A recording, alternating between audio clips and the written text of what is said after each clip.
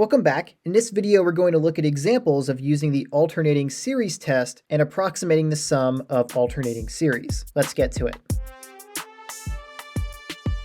All right, so here's our first example. We want to determine if the series converges or diverges. All right, and so for our series, we have a sum from n equals 1 to infinity of -1 to the power of n divided by n squared.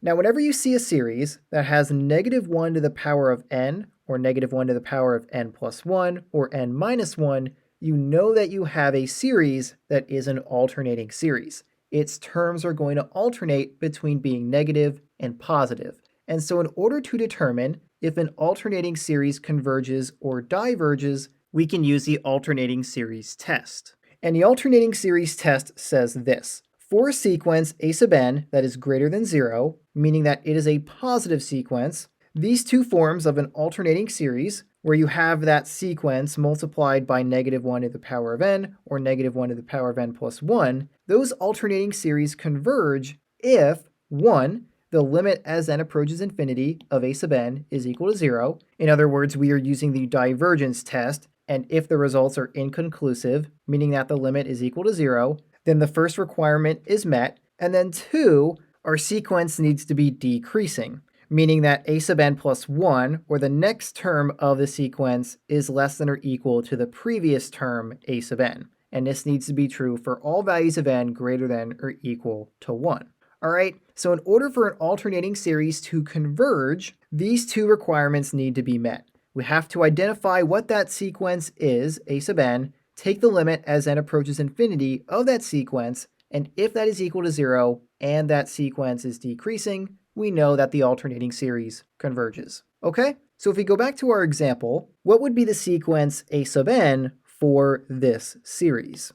Well, if we rewrite it a little bit, this would be equal to the sum from n equals 1 to infinity of -1 to the power of n times 1 divided by n squared. Right, this is the same series we have over here. I just moved that -1 to the power of n from being in the numerator of that fraction to being on the outside. And so now we can see -1 to the power of n and our sequence separately. And so our sequence, a sub n, is equal to 1 divided by n squared. It is the part of our series that is being multiplied by -1 to the power of n.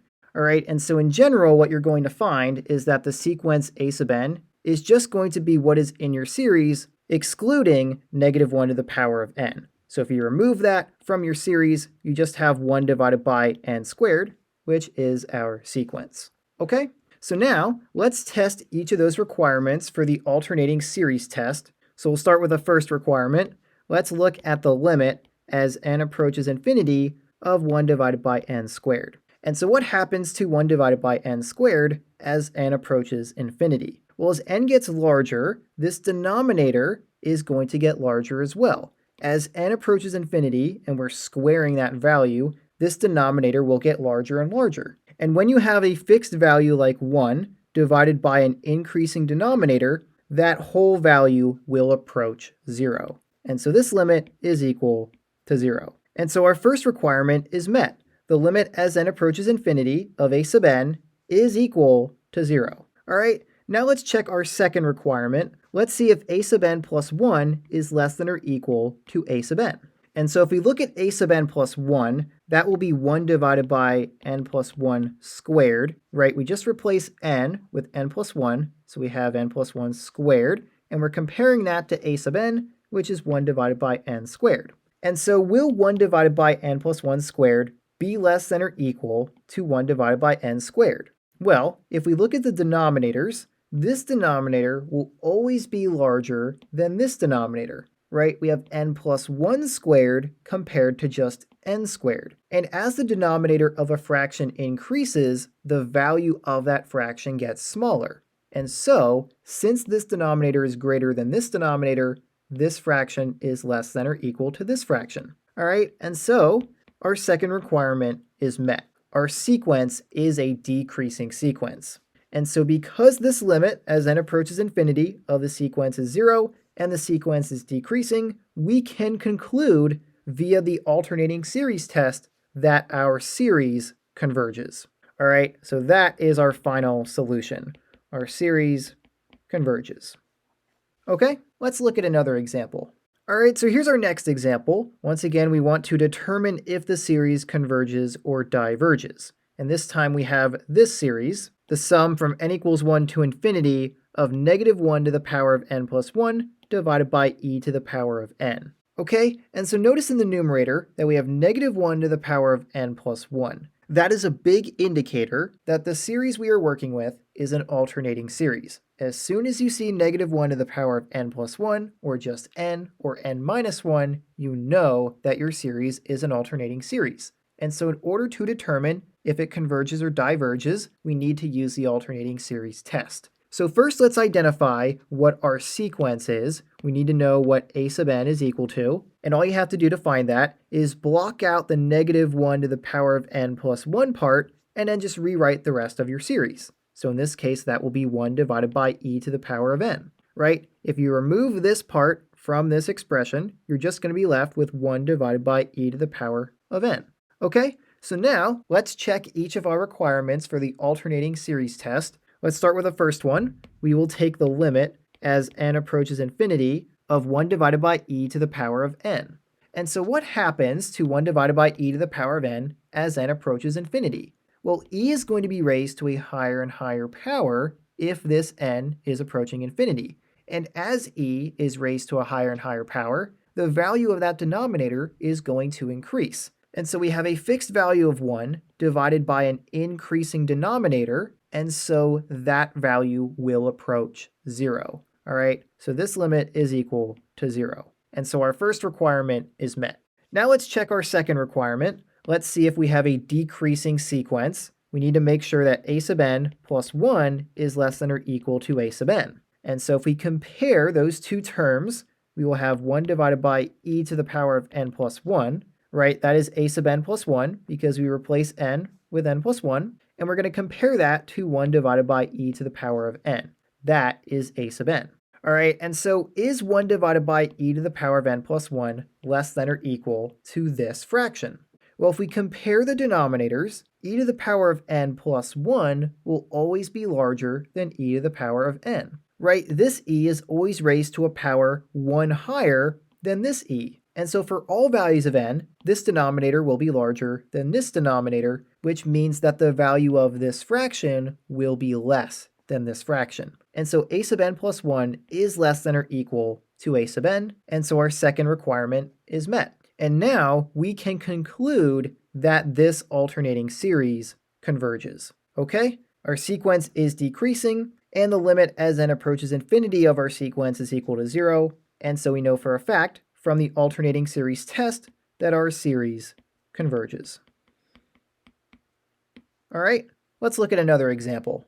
All right, so next up we want to determine if this series converges or diverges. We have the sum from n equals 1 to infinity of negative 1 to the power of n times n divided by 4n plus 3. And so once again, we have a series with negative 1 to the power of n within it, and so we know we have an alternating series. We can use the alternating series test to determine if it converges or diverges. And so let's start by identifying a sub n. That's just going to be equal to the sequence from our series that doesn't include negative 1 to the power of n. So we just have n divided by 4n plus 3. Okay? And so now we can check the two requirements of the alternating series test for our series to converge. And so let's look at the first requirement. We need to take the limit as n approaches infinity of our sequence, which is n divided by 4n plus 3. All right, and so what is the limit as n approaches infinity for this sequence? Well, as n approaches infinity, the numerator, n, is just going to approach infinity, and the denominator, 4n plus 3, is also going to approach infinity, because we have 4 times n, and n is getting larger towards infinity, so 4 times infinity is still infinity, plus 3 is still infinity, and so this is in an indeterminate form of infinity divided by infinity. And so we can use L'Hopital's rule for this limit. We can take the derivative of the numerator and denominator, and then try to evaluate our limit again. And so let's do that. If we take the derivative of the numerator and denominator separately, this will be equal to the limit as n approaches infinity of 1 divided by 4, right? The derivative of n is just 1, And the derivative of 4n is just going to be equal to 4, and the derivative of 3 is 0. So we have 1 divided by 4, or 1/4, and the limit of a constant is just equal to that constant, and so this limit is equal to 1/4.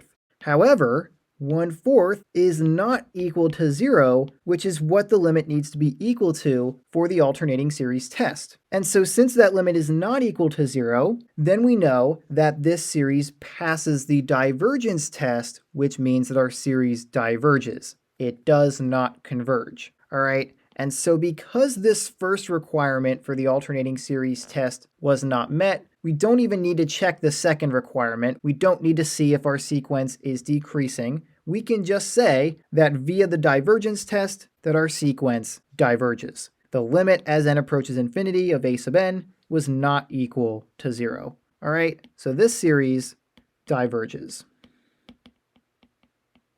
All right, let's look at another example.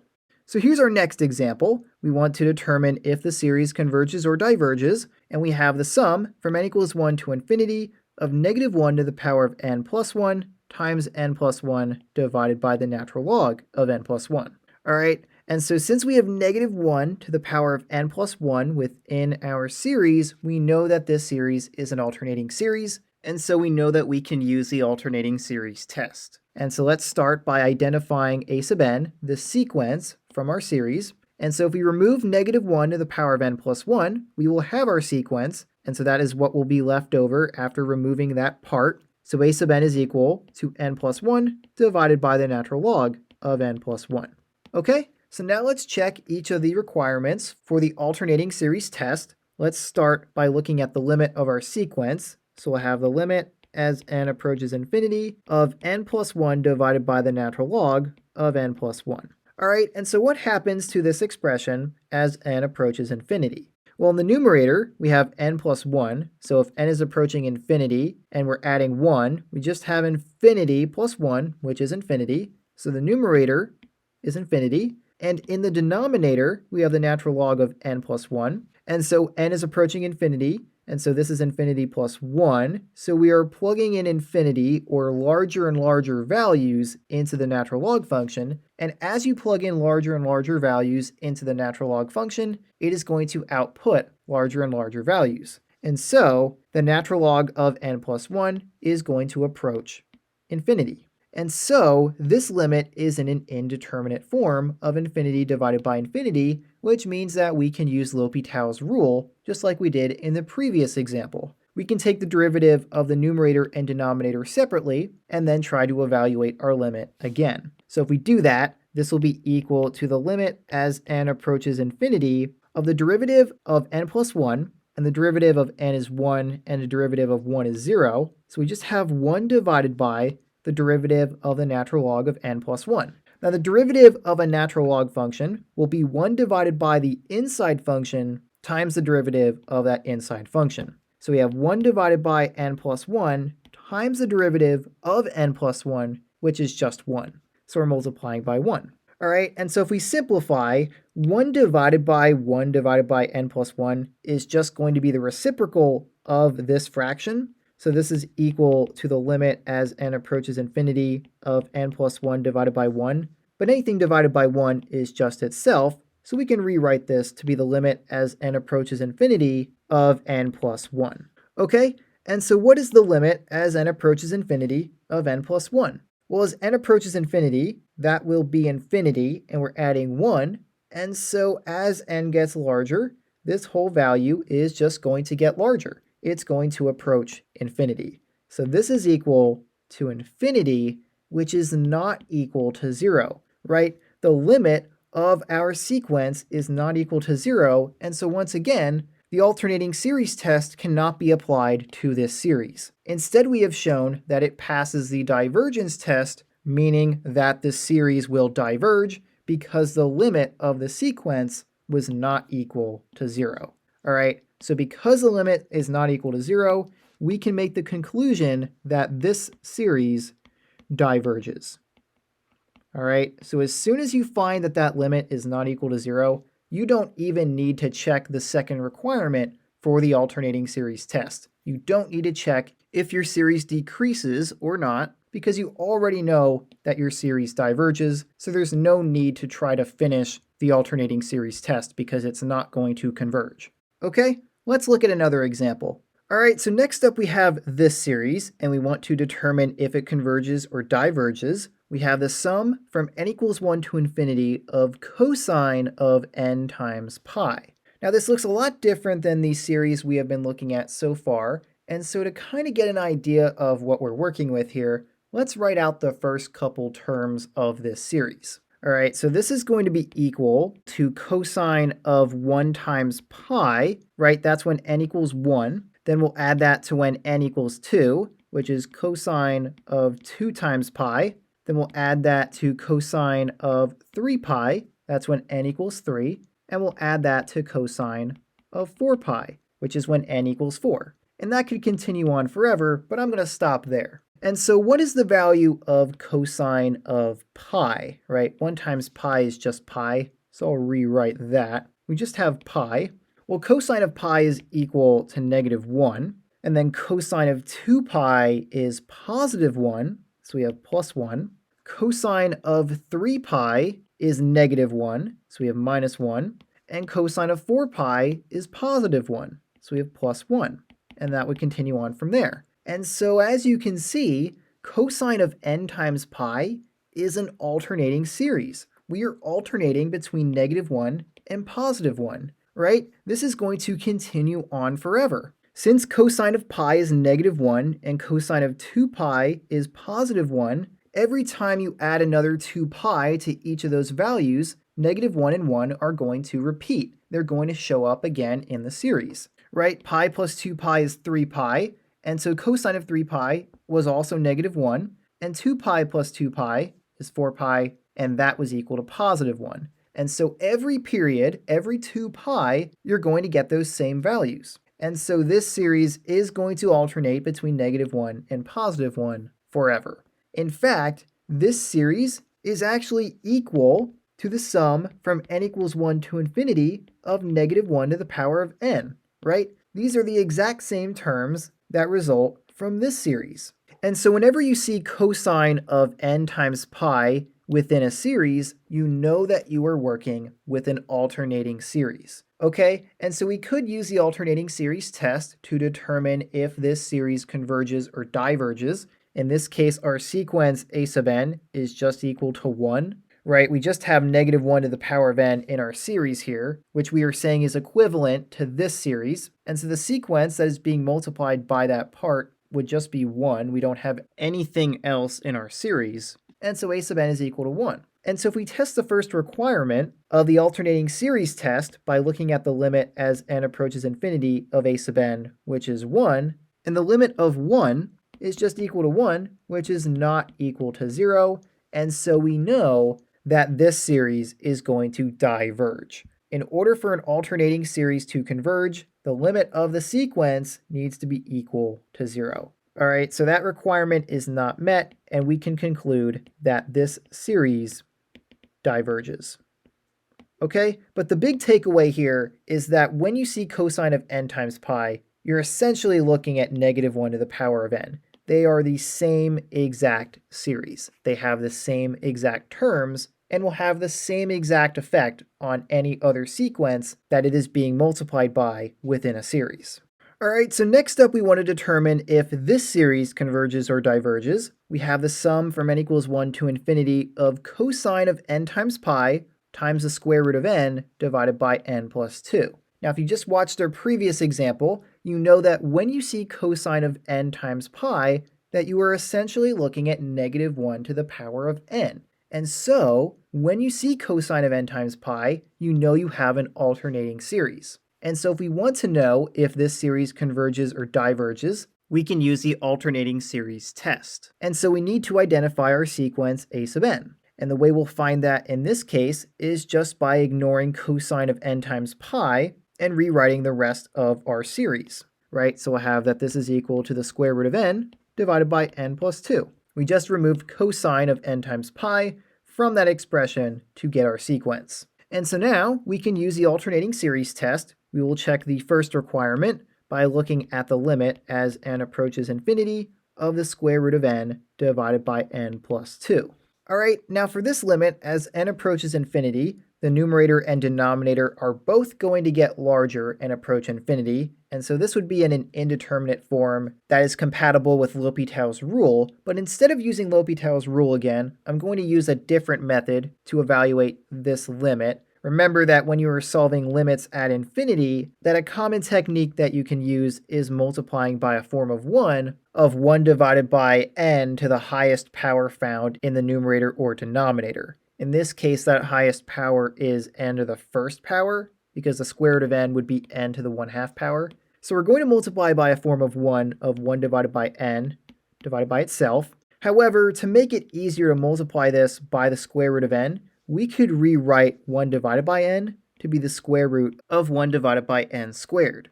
Right, the square root of 1 is 1, and the square root of n squared is n. So these are the same expression, just written a little bit differently. And so this will make it easier to multiply by this square root. Since n and 1 divided by n squared are both underneath a square root, we can multiply those two values together. And so if we simplify, this is equal to the limit as n approaches infinity of the square root of 1 divided by n divided by 1 plus 2 divided by n. Right, so 1 divided by n squared times n, this n will cancel out with one of the n's in the denominator, and so we're left with just 1 divided by n underneath the square root. And then down here we have 1 divided by n times n, which is 1, and 1 divided by n times 2 is 2 divided by n. And so now the limit as n approaches infinity of 1 divided by n we know is 0. As n approaches infinity, 1 divided by infinity will be 0, and the same will happen down here for 2 divided by n. That will also approach 0. So this is equal to the square root of 0 divided by 1 plus 0, which is equal to 0 divided by 1, which is equal to 0. And so the first requirement is met for the alternating series test. We have found that the limit as n approaches infinity of our sequence is equal to 0. All right, now if I clean up my work, we can look at the second requirement, which is that our sequence must be decreasing. So we want to show that a sub n plus 1 is less than or equal to a sub n. And so if we look at a sub n plus 1, we'll have the square root of n plus 1 divided by n plus 1 plus 2. Right, we just replaced this n with n plus 1 and this n with n plus 1 as well. Now 1 plus 2 is 3, so this denominator could be rewritten to be n plus 3. So I'll do that. And we want to compare that to a sub n, which is the square root of n divided by n plus 2. All right, and so can we conclude that a sub n plus 1 will be less than or equal to a sub n for all values of n? Well, let's take a look at some of the terms. Since both numerators and denominators are different, it's going to be easier just to look at the first couple terms and see what's happening to the value of each fraction. So when n equals 1, we'll have the square root of 1 plus 1 divided by 1 plus 3, and 1 plus 1 is 2. So we have the square root of 2 divided by 4. So I'm going to rewrite that. We have the square root of 2 divided by 4, and we're comparing that to the square root of 1 divided by 1 plus 2. And the square root of 1 is 1, and 1 plus 2 is 3. All right, so this is our a sub n term. And so I'm just going to rewrite that to be 1/3.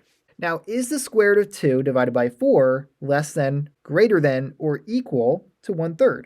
Well, if we compare the decimal values, the square root of 2 divided by 4 is 0.3535 and some more decimals. And 1/3, of course, is 0.3 repeating. And so 1/3 is less than the square root of 2 divided by 4. And so a sub n plus 1 is greater than a sub n. But let's see if that holds true for the rest of our terms. Let's look at n equals 2. We'll have the square root of 3 divided by 5, right? 2 plus 1 is 3, and 2 plus 3 is 5. And then we're comparing that to the square root of 2 divided by 2 plus 2, which is 4. All right? And so how do the values of these two fractions compare? Well, if we look at the decimals, the square root of 3 divided by 5 is approximately equal to 0.346 and some more decimals. And the square root of 2 divided by 4, once again, is 0.3535 and some more decimals. And so the square root of 3 divided by 5 is less than the square root of 2 divided by 4,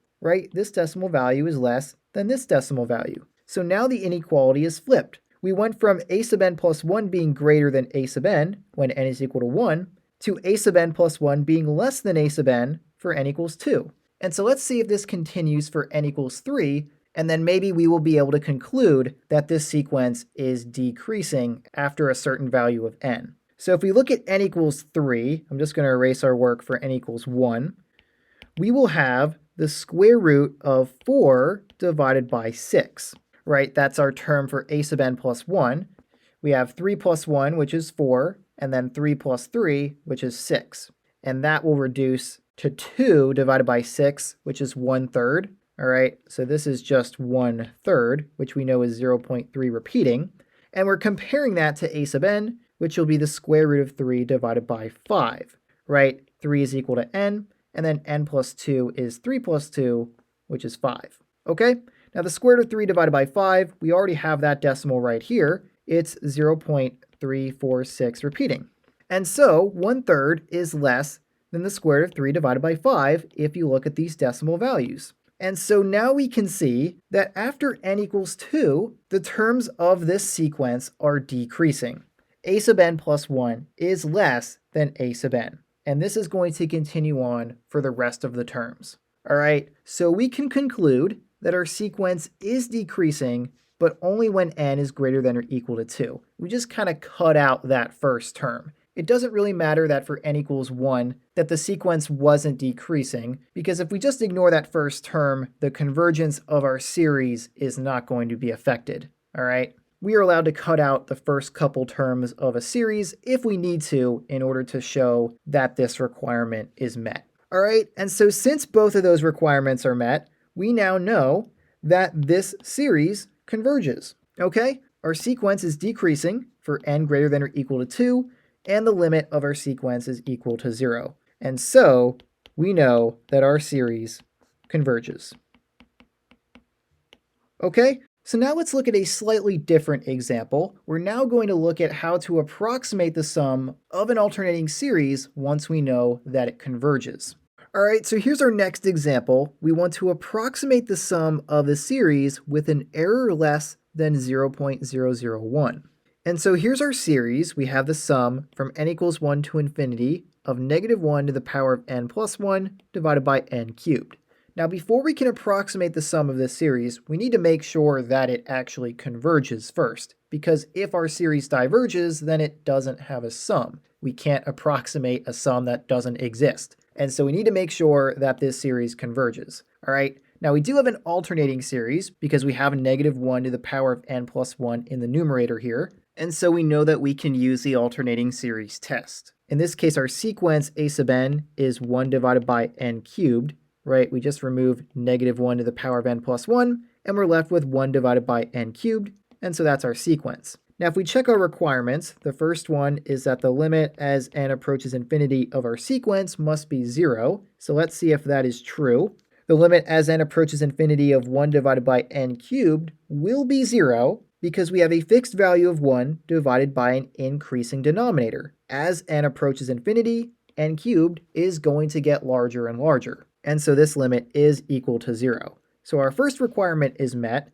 And then if we take a look at our second one, we need to show that our sequence is decreasing. So we need to show that a sub n plus 1 is less than or equal to a sub n. So if we look at both of those terms, 1 divided by n plus 1 cubed is a sub n plus 1. And we want to see if that is less than or equal to a sub n, which is 1 divided by n cubed. So now if we compare these two fractions, they have the same numerators. So if we look at the denominators, we have n plus 1 cubed and n cubed. And so because we're always adding an extra 1 to this value of n before cubing it, this denominator will always be larger than this denominator. And when the denominator of a fraction gets larger, the value of that fraction gets smaller. And so we know for a fact that a sub n plus 1 is less than or equal to a sub n. And so our second requirement is met. We now know that this series converges. Okay, so now that we have checked that our alternating series converges, we can now approximate its sum because we know the sum exists. Okay, and so here's the formula we were going to use for approximating the sum of an alternating series. We're going to have the absolute value of the error, or the remainder, of the sum is equal to the absolute value of the sum of the series minus the nth partial sum that is going to approximate the sum, and that needs to be less than or equal to a sub n plus 1. Now, if you want to learn more about this formula, be sure to watch my lesson video on this topic. But essentially what we're going to do with this formula is we want to find a partial sum s sub n that approximates the sum of our series with an error less than 0.001. And so in order to do that, since we know that the difference between the actual sum and that nth partial sum is less than or equal to a sub n plus 1, we will set a sub n plus 1 for our sequence to be less than this amount for the error. All right, so let's figure out what a sub n plus 1 is equal to. That's just going to be 1 divided by n plus 1 cubed, right? We just replace n with n plus 1. And what we want to do is set that term to be less than the error that we want, which is 0.001. Okay? And then what we're going to do is just look at this part and solve for n, and that value of n is going to tell us the value of n for the partial sum that will approximate the sum of our series to have an error less than 0.001. In other words, that partial sum will be accurate to the second decimal place. All right? So if we look a little bit closer at 1 divided by n plus 1 cubed is less than 0.001, what we can do to solve for n is first take the reciprocal of both sides, meaning we're just going to flip the numerators and denominators. And when we do that, the inequality is going to flip as well. And so what we're going to have is n plus 1 cubed is greater than 1 divided by 0.001.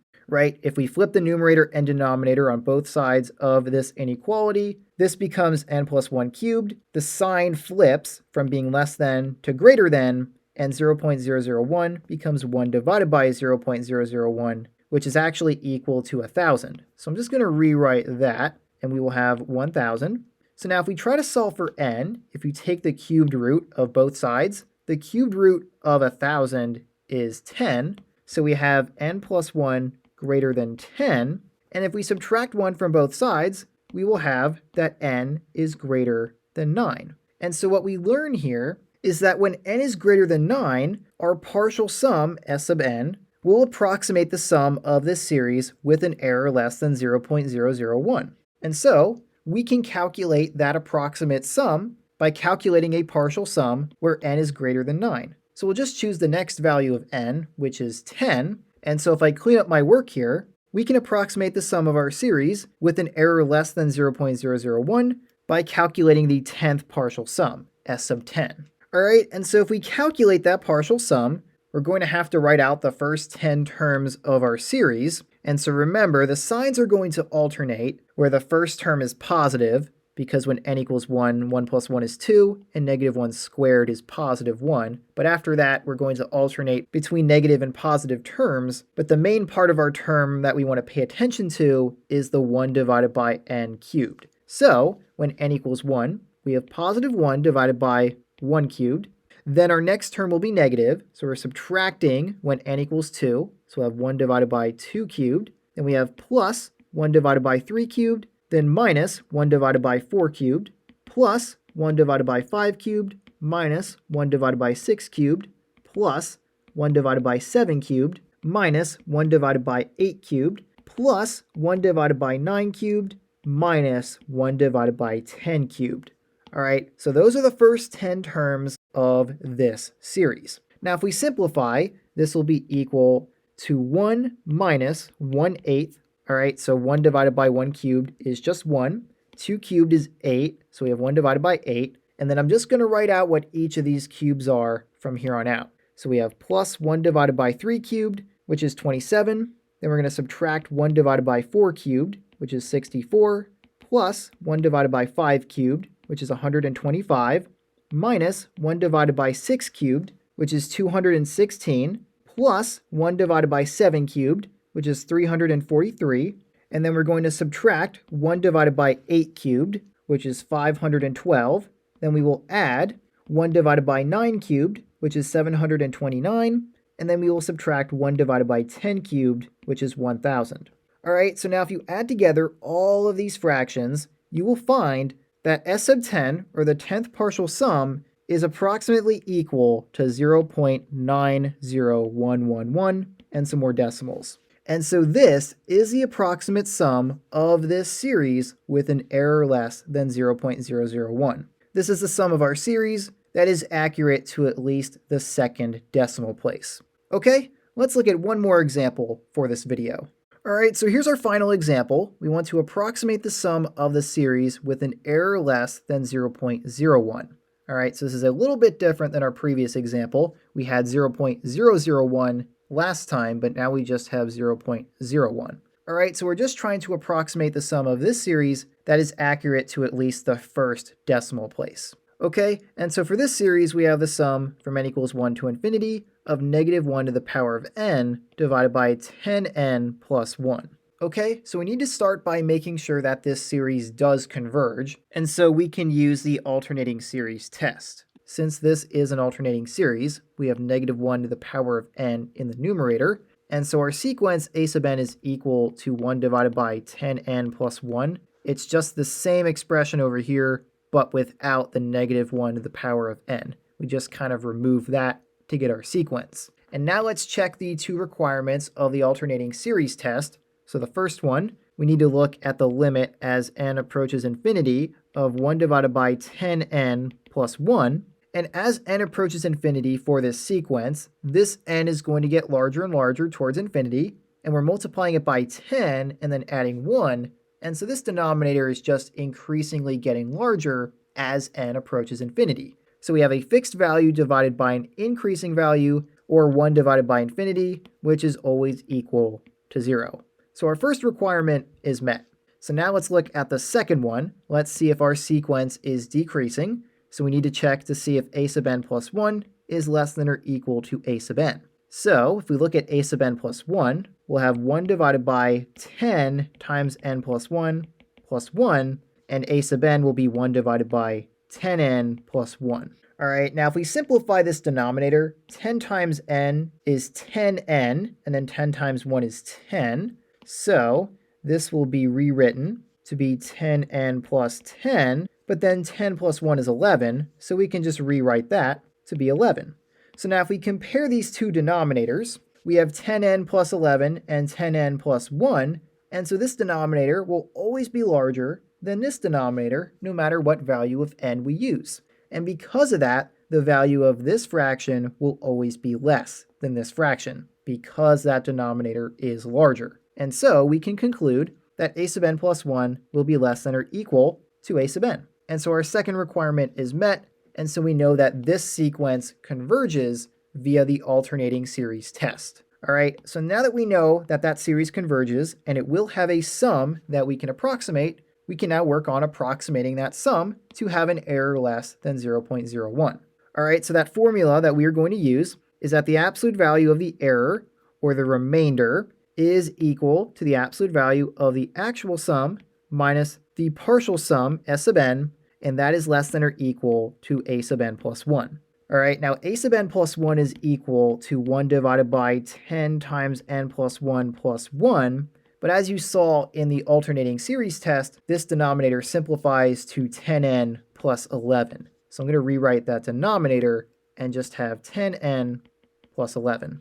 Okay, so that is a sub n plus 1. And we want the value of this term, which represents the error, to be less than 0.01. So we want this to be less than 0.01. So if we just look at that part a little bit closer, we have 1 divided by 10n plus 11 is less than 0.01. If we flip the numerator and denominator on both sides, meaning we take the reciprocal of both sides, that will also flip the inequality, and so that will give us 10n plus 11 greater than 1 divided by 0.01. All right, so we just flip the numerators and denominators and flip the inequality sign as well. So instead of having less than, we have greater than.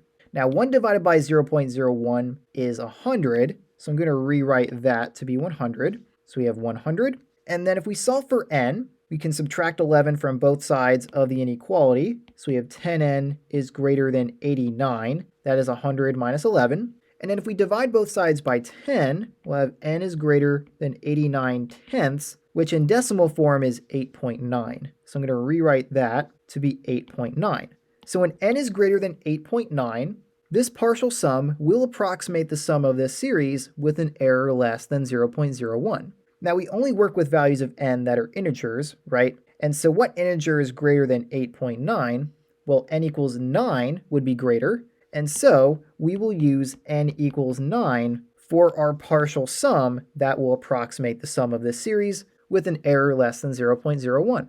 Okay, and so we want to calculate s sub 9, or the ninth partial sum. So if I clean up my work here, let's calculate s sub 9. That's going to be equal to the first 9 terms of our series. So once again, remember that the sign of the terms are going to switch back and forth between being positive and negative. The first one's going to be negative, since negative 1 to the power of 1 is negative 1, but then from there on out, the denominator is what is really going to change with each term. So we have negative 1 divided by 10 times 1 plus 1, plus positive 1 divided by 10 times 2 plus 1, minus 1 divided by 10 times 3 plus 1, plus 1 divided by 10 times 4 plus 1, minus 1 divided by 10 times 5 plus 1, plus 1 divided by 10 times 6 plus 1, minus 1 divided by 10 times 7 plus 1, plus 1 divided by 10 times 8 plus 1, minus 1 divided by 10 times 9 plus 1.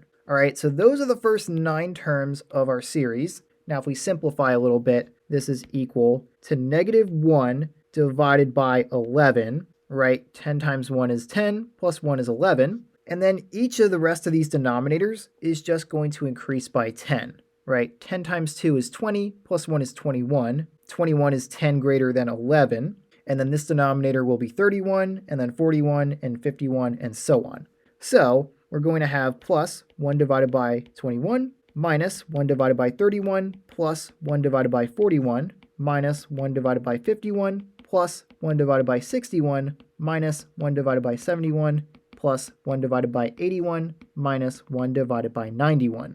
Okay, and so now if we add up all of these fractions in our calculator, we can find that the ninth partial sum is approximately equal to negative 0.0671 and some more decimals. And so this is the approximation of the sum of our alternating series with an error less than 0.01. Okay, and so with that, this was the last example for this video. So if you have any questions, feel free to leave those in the comments below. But if you don't have any questions, this is all I had for now. So I will see you next time.